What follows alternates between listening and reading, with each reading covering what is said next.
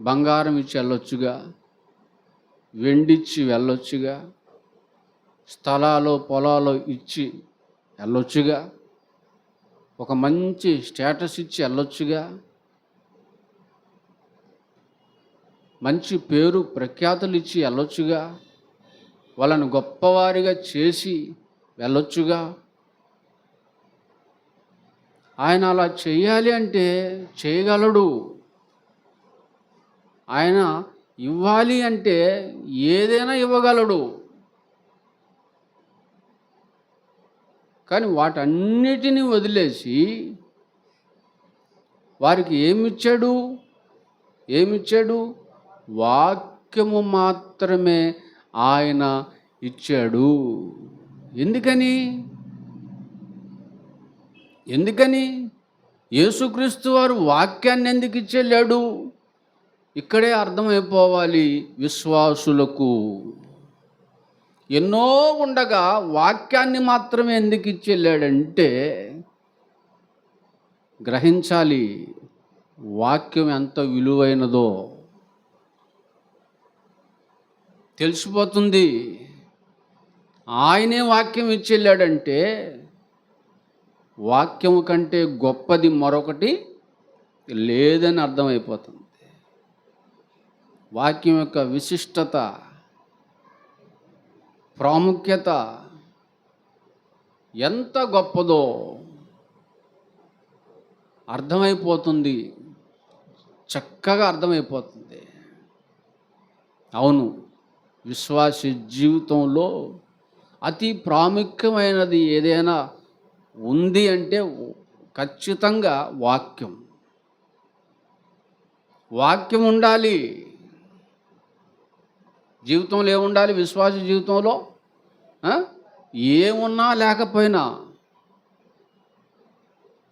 వాక్యము ఖచ్చితంగా ఉండి తీరాలని తెలుసుకోవాలి. అవును, వాక్యం ఇచ్చెళ్ళాడు ఆయన. అవును, వాక్యం ఇచ్చెళ్ళాడు వెళుతూ. అలాగే అపోస్తలుడైనటువంటి పౌలు గారు కూడా ఇక నేను చనిపోతాను అని ఆయనకు అర్థమైనప్పుడు, ఇక నేను వెళ్ళిపోయే సమయం నాకు సమీపమైంది అని తెలుసుకున్నప్పుడు ఆయన కూడా ఎఫెసీ సంఘంలో ఉన్నటువంటి పెద్దలను పిలిపించాడు. అపోస్తలుల కార్యము 20వ అధ్యాయము 25 నుండి చూద్దాం. ఇదిగో అపోస్తలుల కార్యములు 20వ అధ్యాయం 25వ వచనం నుండి, ఇదిగో దేవుని రాజ్యమును గూర్చి ప్రకటించుచు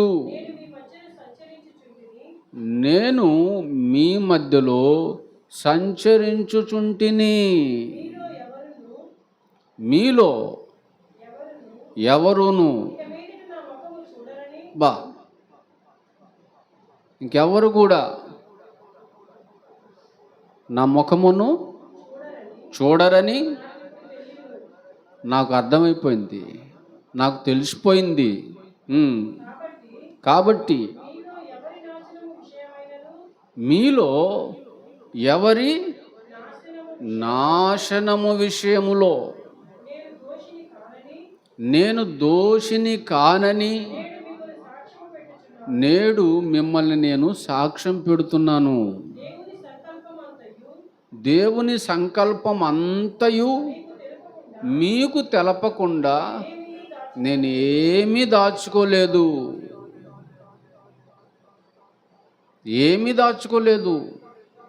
అంటే ఏమీ దాచుకోకుండా దేవుని సంకల్పం అంతటిని చెప్పేశాడు. అంటే ఇక చెప్పాల్సింది ఏమీ లేదు,